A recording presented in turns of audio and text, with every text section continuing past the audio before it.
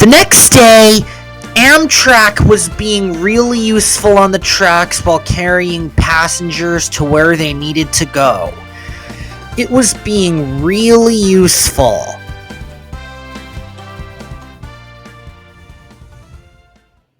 Lorna had to collect the troublesome trucks on a goods train. And she puffed off. "Here we go!" chuffed Lorna. "You won't pull me apart," said Scruffy. Lorna chuffed along with her freight train. She was being the best. "We've been this way many times," said the freight cars. "See-ma-roo!" And they laughed all the way down the line. But there were 2 brake vans at the back, and then Lorna came to Oakwood Hill. It was very steep. Go faster, before the substitute locomotive arrives," said the freight cars. "She's filling in for Becky."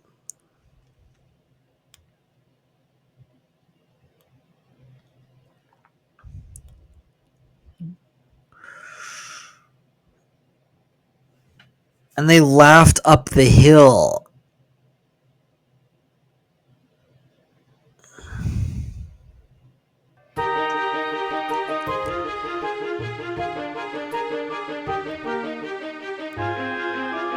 And Lorna puffed under the beautiful sky. But then when she got to the top, there was trouble. Scruffy came apart completely, and the freight cars bumped her, and her tender drawbar broke, and then the freight cars rolled away. "I came apart again!" wailed Scruffy, but it was too late!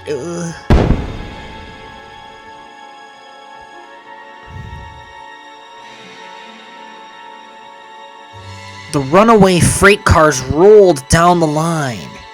"Whee!" they laughed. "This is the newest place. It looks different," said one freight car. "It's always been this way," said a freight car. He laughed. And a car went, "See-ma-roo!" they said. After crunching the car and destroying it. And then it rolled by a yard. And the crew member was stunned. But with no engine, the train wouldn't stop. Then the guard detached the brake van. It was deadheading. And then it divided tracks.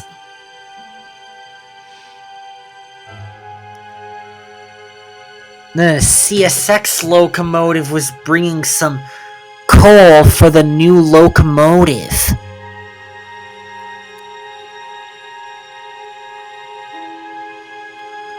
"It'll be best to deliver this coal," and then it applied the brakes, but it was too late.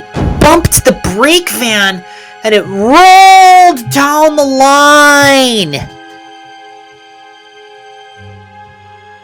And then Rutley was appearing.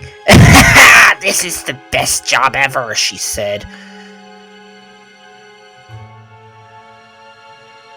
And she had passenger cars behind and box cars behind her train.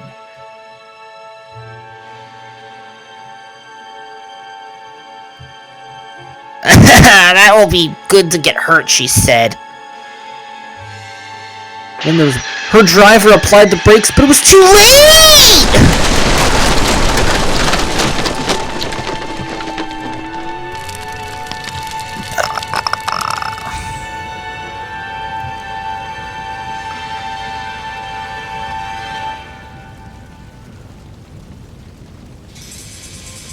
She was engulfed in flames completely. "I don't care if I'm engulfed," she said.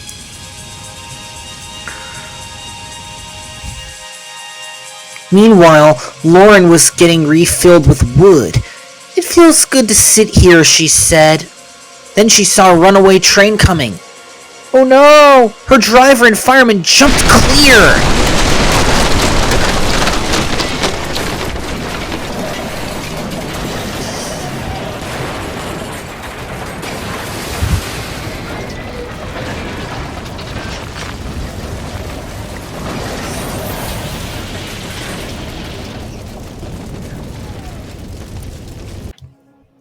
Meanwhile, Thomas was pulling Amfleet cars when he noticed something.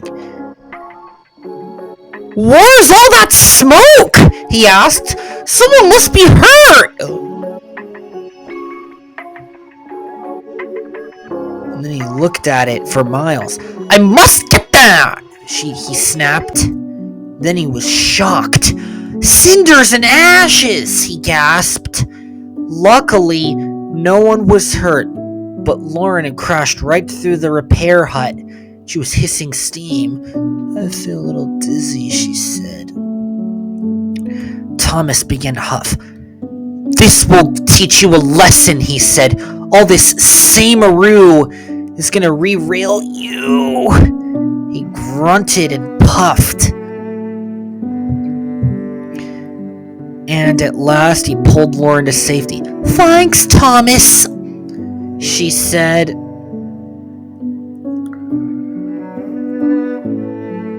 And she was all burned and destroyed. "You're most welcome," said Thomas. "Sir Topham Hatt would like this action." Then Alexia looked in horror. Rutley had bashed into the runaway brake van and she was derailed. She was beyond repair. Alexia pulled her back onto the rails.